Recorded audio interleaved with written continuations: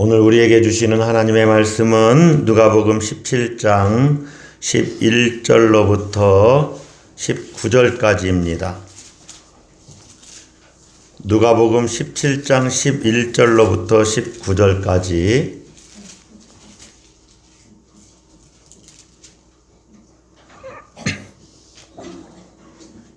교독하겠습니다.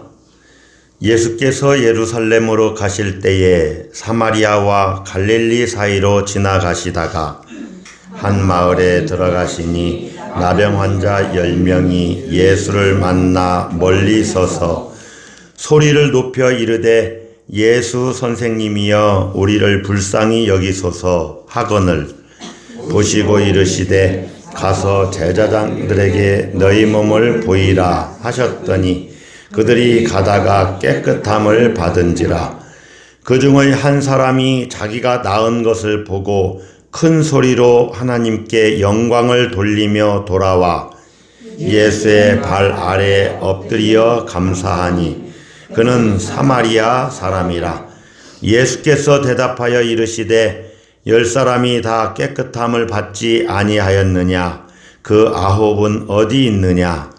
이 이방인 외에는 하나님께 영광을 돌리러 돌아온 자가 없느냐 하시고 그에게 이르시되 일어나 가라 내 믿음이 너를 구원하였느니라 하시더라. 아멘.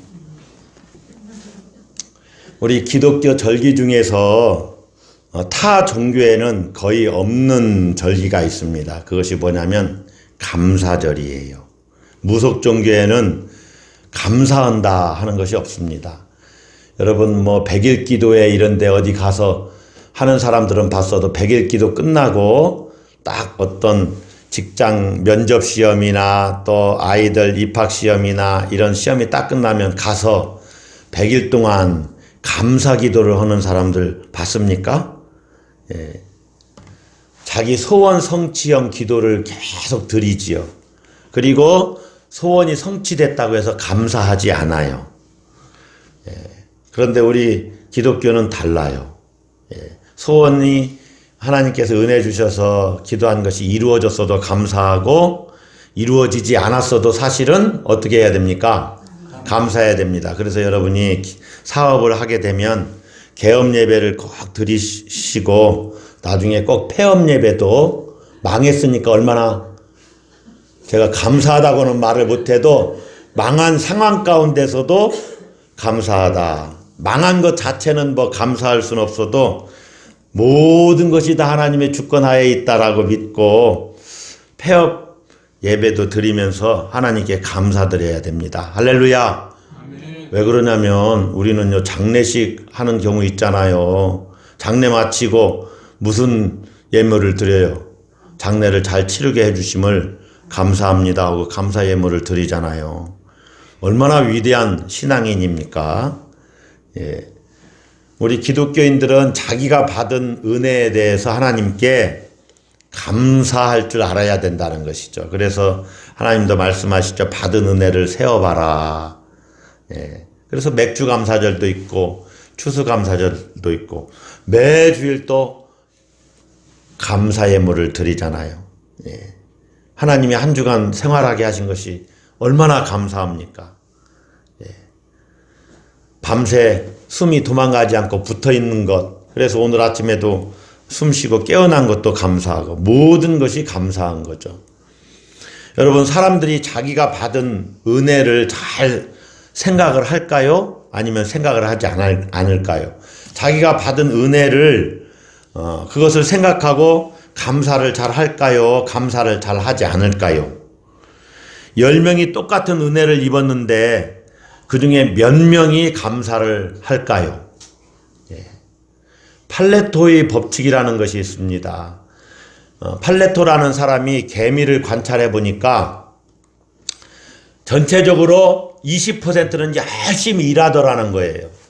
그리고 80%는 대충 일하고 대충 농땡이 치고 대충 하더라는 거예요. 80대 20의 법칙입니다. 80은 대충 일하고 80은 그냥 놀고, 그런데 그 중에 열심히 20%만 일한다는 거예요. 예. 이것이 팔레토의 법칙이에요. 그러면 20%를 딱 떼놓고 다시 일을 시켰대요. 그랬더니 희한하게 이 중에 80%는 또 대충대충 일하고 나머지 20%만 열심히 일하더라는 거예요. 이게 사회학적으로 규명이 된 겁니다. 그리고 또 80% 농땡이 치고 일 열심히 안 하던 개미들을 따로 분류해서 일을 시켰대. 따로 이렇게 분류해놓고 관찰을 해보니까 그 중에 한 20%가 또 지도력을 발휘하면서 열심히 일을 하더라는 거예요. 80% 중에 80%를 따로 이렇게 해놓으니까 그 중에 이제 전체가 100%가 된 거죠. 이 중에 20%는 열심히 일을 하고 나머지 또 80%가 열심히 일을 안 하더라는 거예요. 이게 팔레토의 법칙입니다. 그래서 이런 걸 많은 경우 적용하는데 교회 예산에 교회 전체 그 멤버 중에 정말로 예산의 80%를 열심히 하는 20%를 위해서 쓰는 교회들이 많다. 예.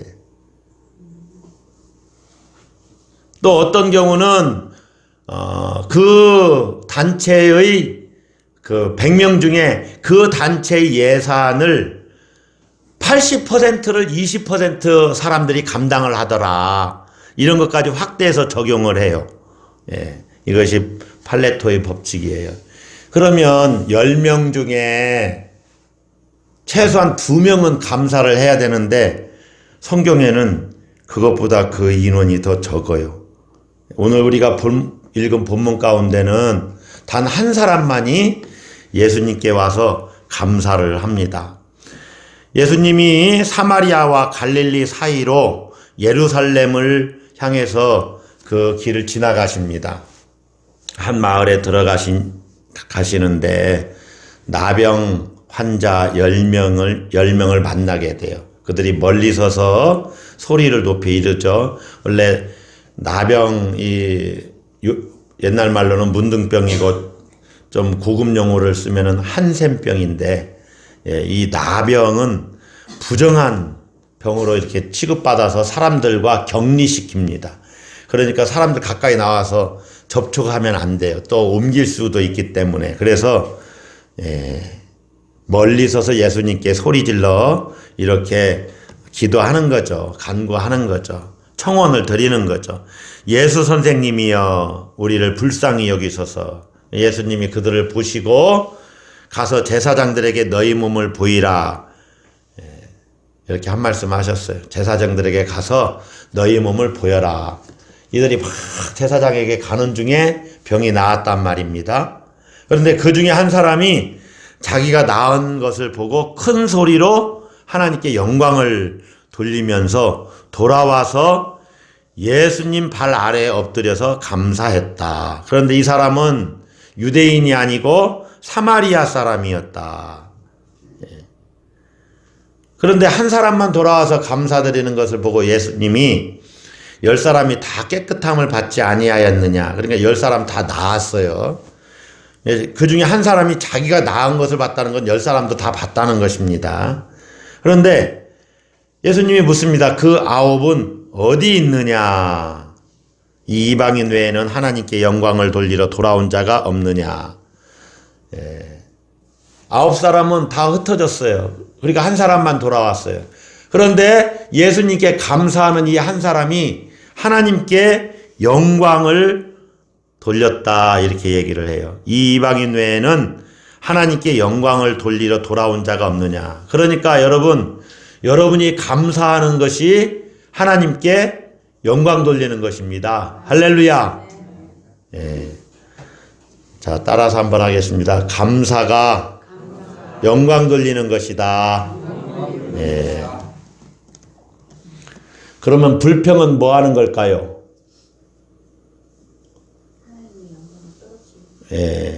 그거는 이제 정확히 해석을 한 거고, 이제 조금 이렇게 바꿔서 해석을 해보면, 불평하는 것은 하나님이 욕먹이는 겁니다. 하나님 얼굴에 뭐 칠하는 거예요. 먹칠하는 거예요. 아, 예수 믿는 사람들이 왜 저래? 맨날 불평하고 원망하고.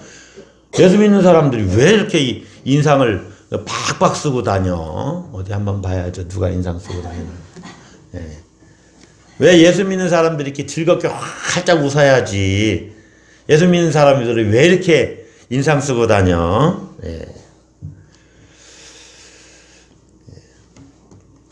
여러분, 제가 듣기 편하게 설교하는 거지만은 여러분 한번 가만히 보세요. 나는 늘 웃고 다니나 즐거운가? 행복한가? 나는 감사가 넘치나? 예. 여러분, 내가 감사를 하든 내가 불평을 하든 환경은 변하지 않습니다. 똑같아요. 예. 그래서 여러분이 명심해야 되는 것이 있어요. 내가 행복하고 감사하는 것은 밖에 있는 환경이 변해서 조건이 좋아서 그런 것이 아니라는 거죠. 내 내면에서 행복이 나오는 것입니다. 행복은 내 내면에서 나오는 거예요. 내가 행복을 선택하면 행복해요. 아유, 그래도 행복하지. 이 정도면 얼마나 행복한가? 그러나 계속 밖에 쳐다보면서 불평하고 원망하면 한이 없어요. 불평하고 원망하면 한이 없다. 오늘 그런 얘기를 하려고 하는 것입니다. 감사를 나타내는 영어는 thank입니다. thank. thank you 할 때 thank. 생각하다라는 영어 단어는 think예요. think. 그런데 이 어원이 같답니다. 감사와 생각하다가 어원이 같아요. 그래서 저명한 철학자 하이데거는 생각한다는 것은 감사한다는 것이다. 이렇게 종종 이야기를 했어요. 생각한다는 것은 감사한다는 것이다. 그런데 성경의 이 기억하다라는 동사의 히브리어가 자카르인데, 자카르. 이 자카르라는 동사에는 생각하다라는 동사와 어원을 같이 쓰고 있어요. 그러니까 기억하다와 생각하다가 같아요. 어원이 히브리어로. 그러니까 이제 영어와 히브리어 다 이렇게 연결시켜 보면 감사하다, 감사하다, 그리고 생각하다, 그리고 기억하다가 어원이 맥락이 서로 다 한 핏줄이다 그 말입니다. 한 핏줄이에요. 그러니까 생각, 기억, 감사가 한 형제와 다름이 없어요. 그러니까 한번 생각을 해보세요. 감사는 그때그때 내 어떤 기분에 따라서 이렇게 나타나는 정서적 반응이 아니라는 거죠. 생각하고 기억하는 이 인지적인 작용에 의해서 우리가 감사할 수 있다는 거예요. 기분이 마음이 상했어도 딱 내 머리로 생각을 해야 된다는 거죠. 아, 내가 지금 왜 이렇게 속상해하나? 이럴 게 아니지. 내가 오히려 감사를 선택해야지 하고 생각해야 된다는 거죠. 기억해야 된다는 거예요. 그날 선물을 받은 사람들은 10명이었습니다. 이 나병 환자가 10명이었어요. 그런데 한 명만 감사를 했어요. 한 명은 자기가 나은 것을 보고 큰 소리로 하나님께 영광을 돌리며 돌아왔다. 그러니까 나은 것을 보고 하나님께 영광 돌려야지 그렇게 생각한 거예요. 기억한 것입니다. 하나님의 은혜를. 고마운 것 그때 그 기분으로 끝내지 않았다는 겁니다. 여러분, 아유 굉장히 참 감사하네, 고맙네 이렇게 병이 나았고 그걸로 끝내지 않았다는 거예요. 그래서 예수님 발 앞에 엎드려서 최고의 감사를 드렸다. 제가 여러분 이렇게 태도를 보니까 아유 감사설교 또 뭐 비슷한 감사하라는 거지, 안 봐도 뻔해, 이렇게 생각하시는 분이 몇 분이 있는 것 같아요. 그분들은 살짝 손 좀 들어보세요. 손은 절대 안 들겠죠. 안 봐도 비디오라는 말이 그런 말씀입니다. 그런데 여러분, 신앙은요, 나를 어떻게 내가 규명하고 규정하고 내 의식을, 사고를 전환하느냐, 거기서부터 출발을 해요. 예. 캐리 슈기라는 목사님이자 작가 되시는 분이 이 한 명의 감사에 대해서 이렇게 얘기를 해요. 10사람 모두 선물을 받았지만 오직 한 사람만이 포장지를 벗겨 진짜 선물이 무엇인지를 확인했다. 예. 그래서 오직 한 사람만이 육신의 치료보다 더 귀중한 영혼의 구원을 받게 되는 보너스 축복을 누리게 됐지요. 예. 눈에 보이는 선물보다 눈에 보이지 않는 더 놀라운 영적인 선물까지 받게 되는 축복을 누립니다. 감사가 주는 선물이 바로 그것이라는 거죠. 예. 보통 사람들은 9명처럼 행동합니다. 이 한 사람은 특별한 사람이에요. 예. 왜냐하면 대부분 사람들은 늘 바쁘죠. 바쁘고 급한 일이 있어요. 그 일에 쫓겨요. 그래서 9명처럼 살아가요. 그동안 가족도 못 만났으니까 다 나왔네. 제사장도 만나고 빨리 가족을 만나러 가야지. 별의별 생각들이 다 있어요. 그래서 제대로 감사를 하지 않는 것입니다. 9명의 사람들이 어디로 갔을까? 왜 주님께 돌아와서 감사하지 않았을까? 찰스 브라운이라는 분이 9명의 심리를 아주 재미있게 추리를 했습니다. 자, 첫 번째 사람은 병이 진짜 나았는지 아닌지 확인하느라 감사하지 못했습니다. 두 번째 사람은 병이 낫긴 했지만 다시 재발할지 모르니까 좀 더 두고 보자 해서 감사를 못했습니다. 세 번째 사람은 더러운 옷도 갈아입고 목욕도 깨끗이 하고 예물도 준비해서 천천히 찾아뵈려고 감사하지 못했습니다. 네 번째 사람은 이제 보니 나병이 아닌 것 같아 하며 병이라고 생각했던 것은 오진이었다는 생각에 감사하지 못했습니다. 다섯 번째 사람은 약간 나은 정도겠지. 곁에 있는 부스럼은 떨어져도 속에는 아직도 병이 남아있을지 몰라 하는 생각에 감사하지 않았다는 것입니다. 몇 번째 사람 해야 돼요? 여섯 번째 사람. 여섯 번째 사람은 제사장에게 뛰어가서 자신의 몸을 보이고 다 나았다는 것을 완전히 인정받은 후에 마음대로 거리를 활보하며 돌아다니느라고 감사하지 않았다는 것입니다. 저도 조금 많이 피곤해가지고 상당히 다운돼 있잖아요. 네. 여러분도 많이 피곤하셔서 다운돼 계신 것 같기도 한데 그래도 집중해서, 그래도 저는 설교 다 할 거니까 잘 들어주십시오. 제 일곱 번째 사람 할 차례죠. 일곱 번째 사람은 주님께서 나를 위해 특별히 애쓰신 것이 별로 없어. 예수님은 너희 몸을 제사장에게 가서 보이라고 말씀하신 것밖에 없어. 약을 발라주신 것도 아니고 뭐 특별히 하신 일이 없어 라고 생각해서 감사하지 못했습니다. 여덟 번째 사람은 이런 것은 의사라면 또 랍비라면 당연히 누구나 할 수 있는 일인데 뭐 별로 대단한 일이 아니니까 감사할 일이 못 돼 라고 생각하면서 감사하지 못했습니다. 아홉 번째 사람은 이건 상당히 일리가 있는 말 중에 또 하나예요. 사실 나는 이미 회복되고 있었어. 다시 말하면 예수님 때문에 나은 것이 아니고 나을 때가 되어서 저절로 나았다고 생각해서 감사하지를 못했습니다. 상당히 다 일리 있는 얘기들이죠. 열 번째 사람만이 예수님께 돌아와서 무릎 꿇고 감사를 드렸다는 거예요. 자신의 병을 낫게 해주신 그 은혜가 얼마나 감사한지. 여러분은 9명 중에 속합니까? 이 특별한 사람 한 명에게 속합니까? 우리 중에 퍼센티지가 열에 한 명만, 10명 중에 한 명만 감사를 했다. 이것은 감사 생활을 하기가 쉽지가 않다는 거예요.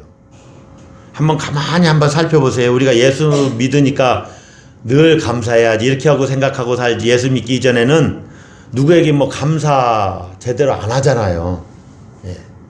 그냥 그 순간만 모면하고 그 순간만 지나가면 감사해야 될 그 인사나 또 사례, 예물, 예. 이런 것들이 내 호주머니가 굳어지니까 그냥 모면하고 그냥 지나가 버려요. 예. 그래서 배은망덕한 사람이 돼가는 겁니다. 그리고 이제 관계가 소원해지죠. 예. 주님께 감사한 이 한 사람은 예수님으로부터 보너스 선물을 받았잖아요. 천국의 문을 예수님이 열어주신 겁니다. 놀라운 감사의 비밀을 알게 된 것이죠. 그래서 예.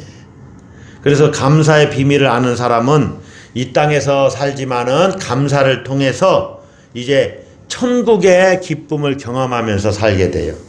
그래서 여러분, 감사는 즉시 해야 된다는 거죠. 감사는 즉시 해라. 미뤄서는 안 된다는 거죠.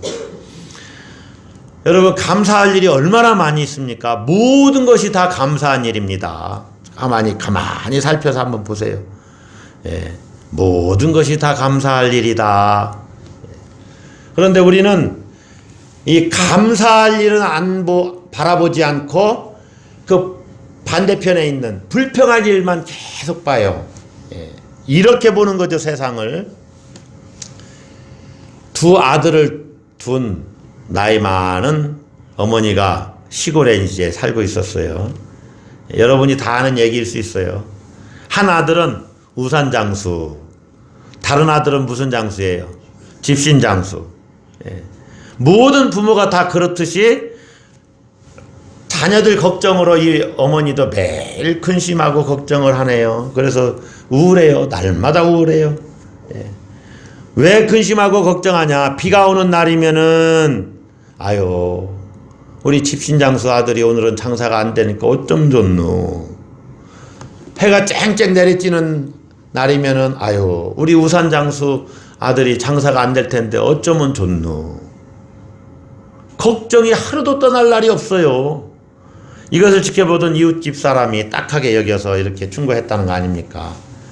비가 오는 날이면 우산장수 아들이 돈 벌 것을 생각하세요. 그리고 해가 쨍쨍 내리쬐는 날이면 집신장수 아들이 돈 벌 것을 생각하세요. 상황은 똑같습니다. 달라진 것이 하나도 없어요. 그러나 내가 무엇을 보고 감사할 것이고 무엇을 보고 불평할 것인가, 이 자기 마음을 어떻게 먹느냐에 달려 있다는 거예요. 거기다가 우리는 예수님이 계시잖아요. 예수님 때문에 얼마나 감사해요. 예.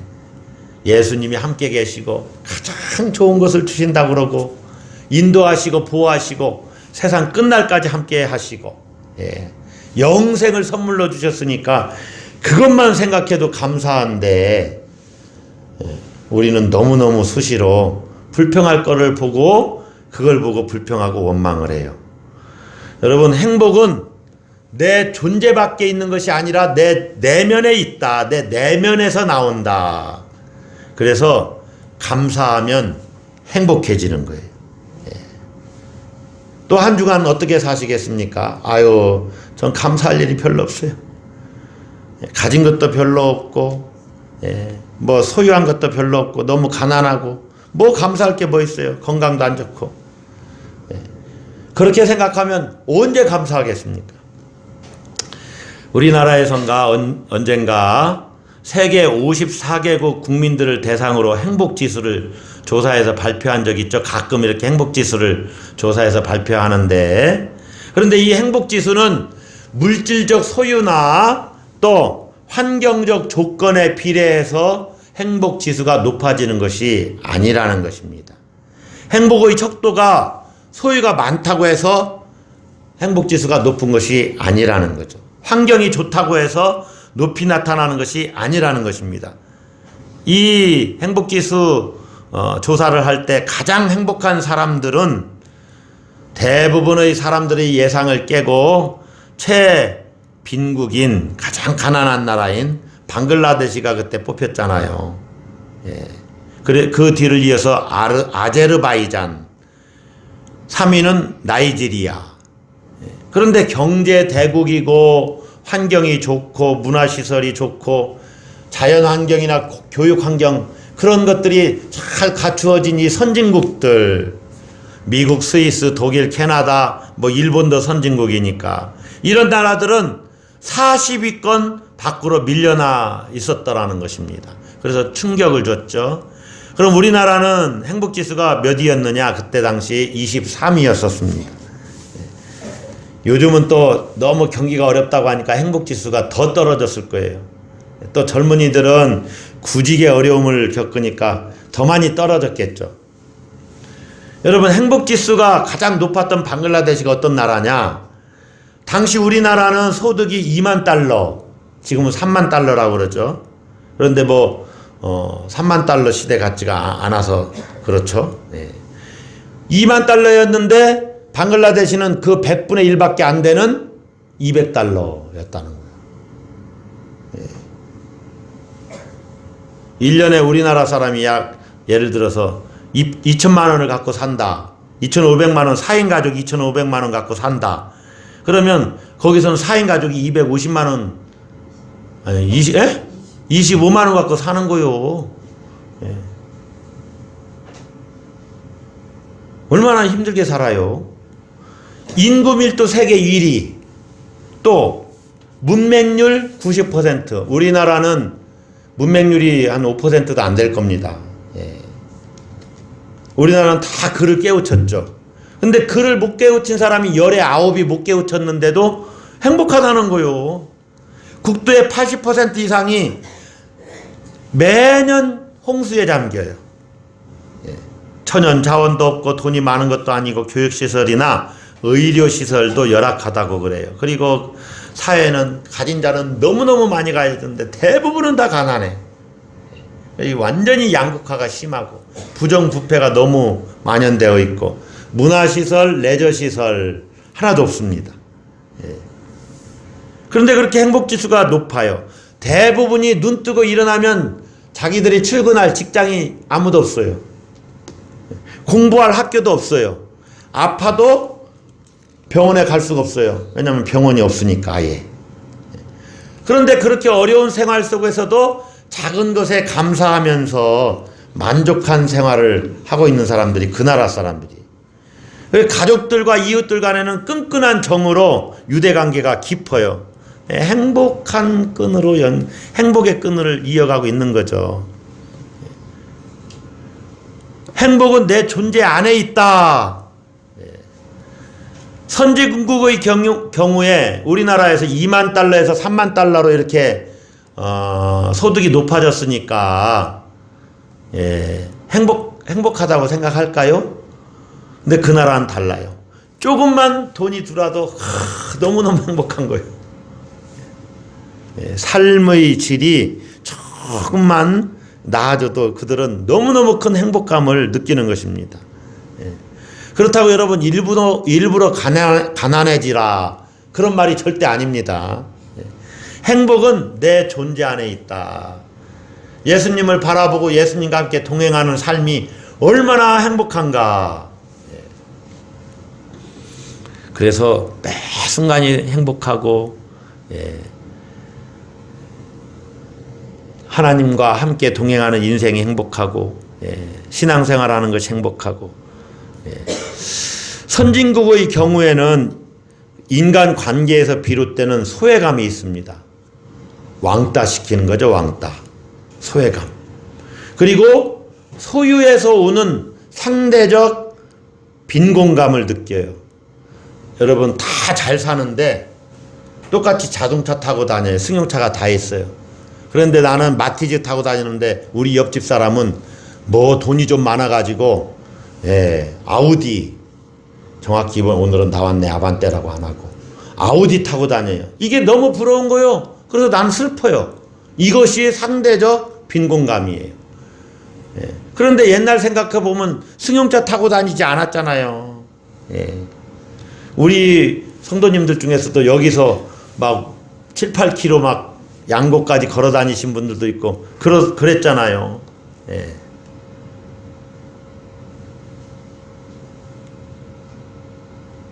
상대적 박탈감 때문에 선진국의 경우 더 불행을 심하게 느낀다는 것입니다.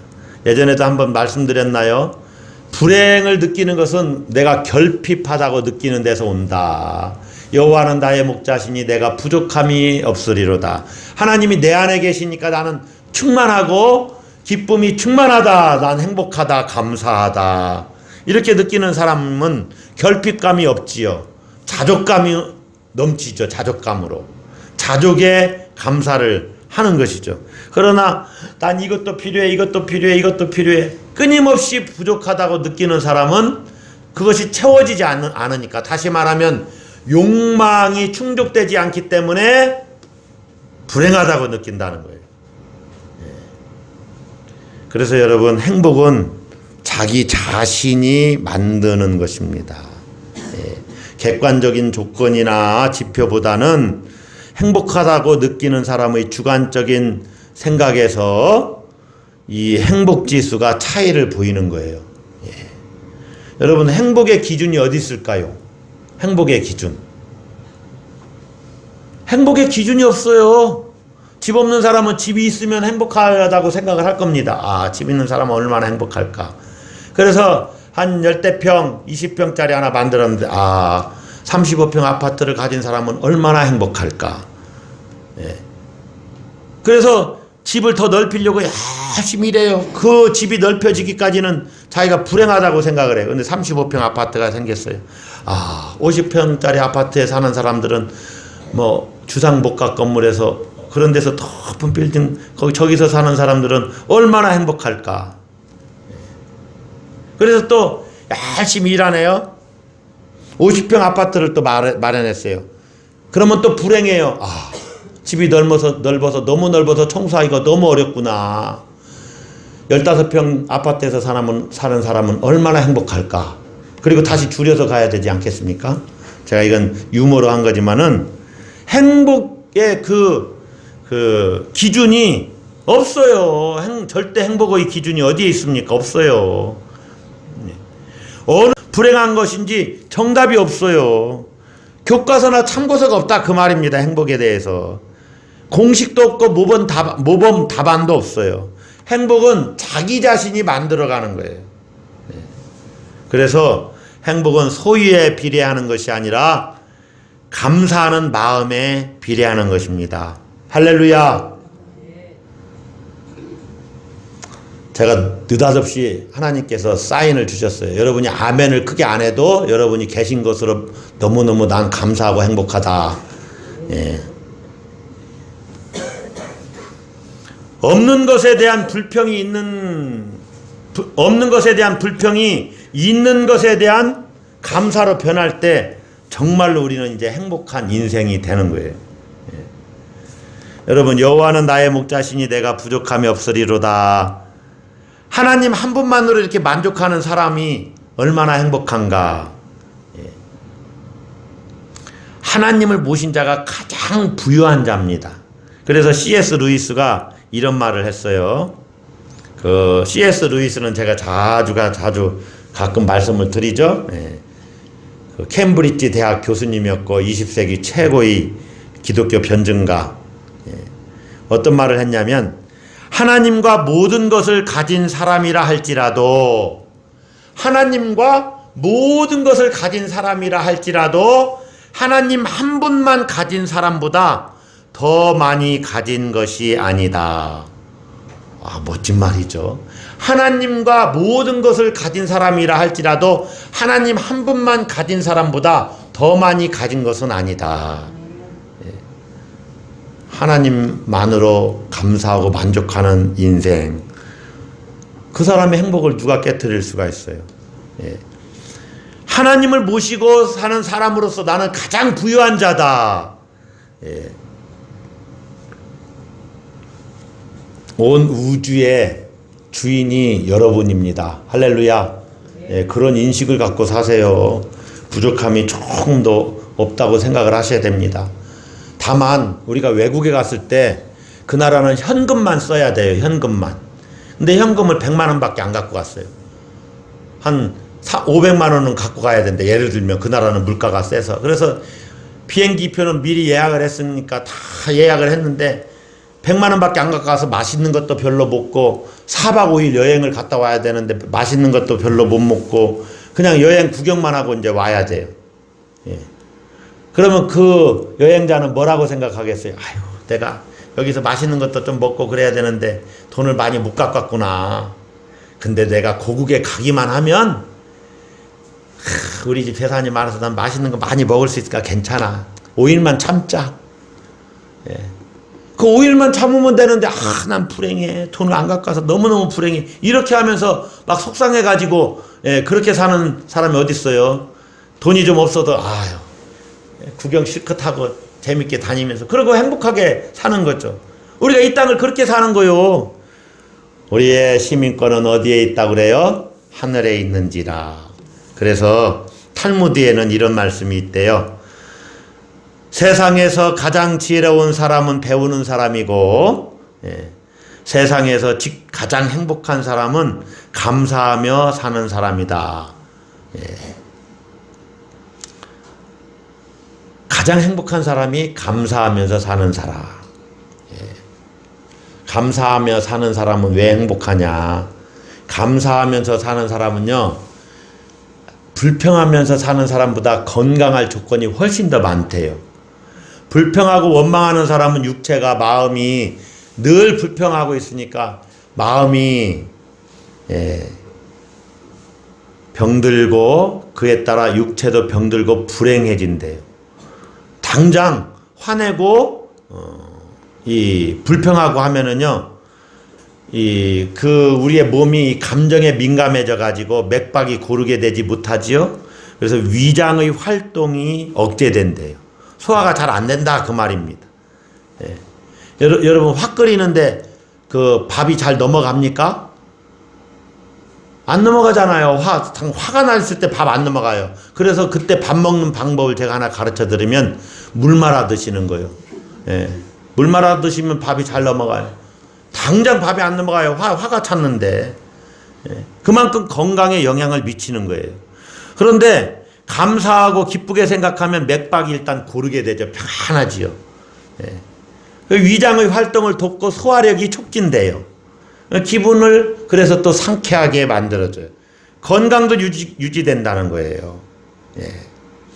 여러분 9명도 아마 감사하는 마음이 있었을지는 몰라요. 우리 같이 예수님께 가서 감사드립시다. 한 명이 그렇게 권했는지도 몰라요.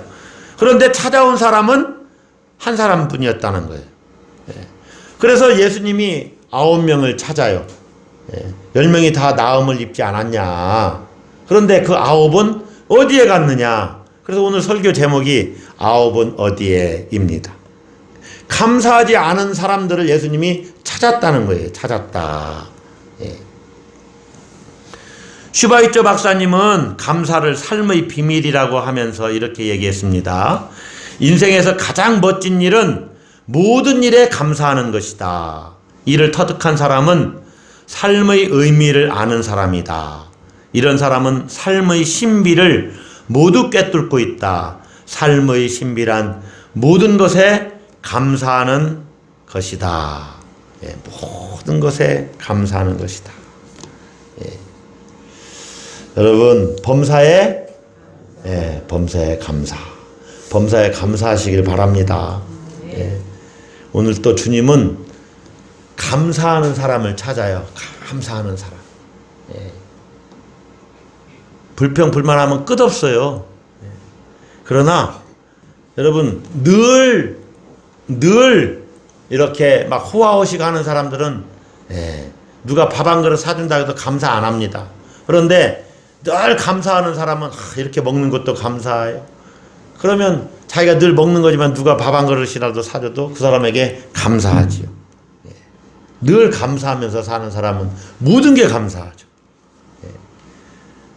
여러분들이 그래서 늘 감사드리셔서 주님께 칭찬받는 주님이 찾으시는 사람들, 그 사람들이 되지 마시고 주님께 감사하러 온 그 한 사람과 같은 칭찬받는 감사의 주인공들이 되시길 주의 이름으로 축복합니다.